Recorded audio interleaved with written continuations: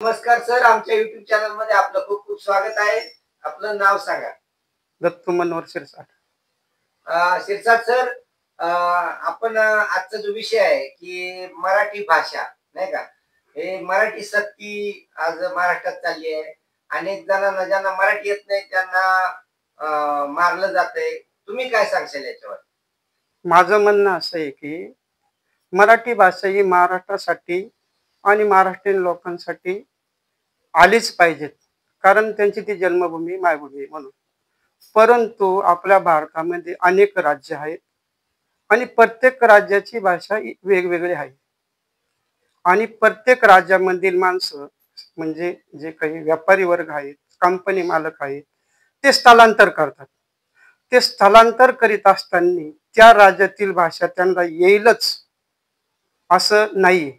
ते शिकण्याचा प्रयत्न करतील, कारण ते उद्या उद्योग म्हणून इथे येणार आहे, उद्योजक म्हणून येणार आहे. आपण मराठी माणसं त्यांच्या हाताखाली कामाला जाणार आहे. त्यांना त्यांची भाषा आपल्याला लवकर येऊ आजबत्ती होईल असं नाही. इतर राज्याची जी भाषा आहे ती उद्योग म्हणून आपल्याकडे आलात. येत आहेत, आले पण आहेत आणि येतील पण. परंतु आपण जर मराठी भाषेचा आग्रह धरून जर राहिलो तर इतर राज्यांमधले उद्योग महाराष्ट्रामध्ये येण्यासाठी अडचण निर्माण होती. आणि दुसरी गोष्ट अशी की जे शिकलेले मुलं आहे त्यांना राज्याच्या बाहेर नोकरीला जावं लागेल मराठी भाषेच्या आग्रहास्तव. म्हणून मराठी भाषा ही यावी, परंतु तिचा आग्रह धरून इतर प्रप्रांतीय लोकांना ती आलीच पाहिजे.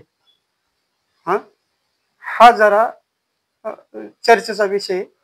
ती त्यांनी शिकण्याचा प्रयत्न करावा असं माझंही मत आहे. परंतु त्यांना त्याच्यासाठी महाराष्ट्र राज्यातील लोकांनी, मराठी लोकांनी थोडा वेळ दिला पाहिजे. का बा तुम्ही आमच्या राज्यात येऊन धंदा करतात, नोकरी करतात, मग तुम्हाला मराठीबद्दल काय अभिमान आहे किंवा नाही आहे. तर त्यांनाही मराठी बरोबर अभिमान आहे, इतर राज्यातील भाषांचाही इतर लोकांना अभिमान आहे.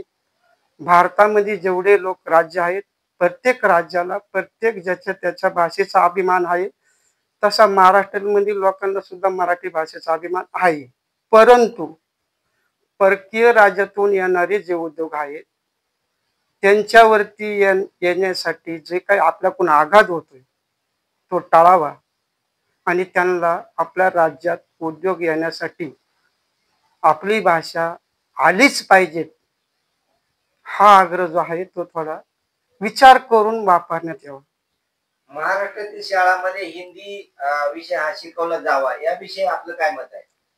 महाराष्ट्र शाळेमध्ये हिंदी हा विषय शिकवलाच जावा, परंतु तो जो विद्यार्थी आहे तो त्याच्या बुद्धिमत्तेनुसार, त्याची जी बुद्धिमत्ता जी आहे त्या बुद्धिमत्तेनुसार तो भविष्यात आपण नाही शिकवली हिंदी तरी तो शिकण्याचा प्रयत्न करणार आहे. कारण त्यापासून त्याच्या भविष्याची उज्ज्वलता होणार आहे.